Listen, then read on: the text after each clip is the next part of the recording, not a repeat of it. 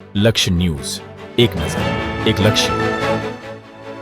વાવથરા જિલ્લાના ધરણીધર તાલુકાના દૈયપ ગામે પંચાયતની ઘોર બેદરકારી સામે આવી છે. શાળાની અવદશા જોઈને ગ્રામજનોમાં ભારે રોષ જોવા મળી રહ્યો છે.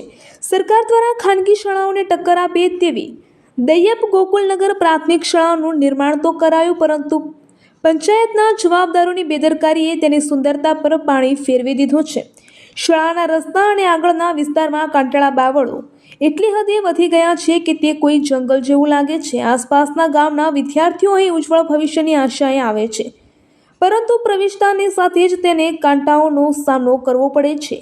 અનેક બાળકોના કપડાં ફાટવાની અને કાંટા વાગવાની ફરિયાદો ઉઠી છે. દૈયપ પંચાયત પોતાના કામોમાં વ્યસ્ત છે અને શાળાની આ ગંભીર સમસ્યા તરફ આંખ આડા કાન કરી રહી છે. દૈયપ ગોકુલનગર પ્રાથમિક શાળા જવાનો રસ્તો બાવળોથી ઘેરાયેલો છે. શાળામાં કાંટાળા બાવળોથી વિદ્યાર્થીઓ પરેશાન. લોકોનું કહેવું છે કે આ માત્ર સફાઈનો વિષય નથી, પરંતુ હજારો વિદ્યાર્થીઓને સુરક્ષાનો સવાલ છે. શાળા ખંડેર જેવી દેખાઈ રહી છે, જે શૈક્ષણિક વાતાવરણને પણ નુકસાન પહોંચાડે છે. ગ્રામજનોએ માંગ કરી છે કે રાજકારણ બાજુ પર મૂકીને માનવતાના ધોરણે સત્વરે કાર્યવાહી કરવામાં આવે. જો તંત્ર હજુ પણ નહીં જાગે તો બાળકોના સ્વાસ્થ્ય અને સુરક્ષાનું જોખમ વધી શકે છે.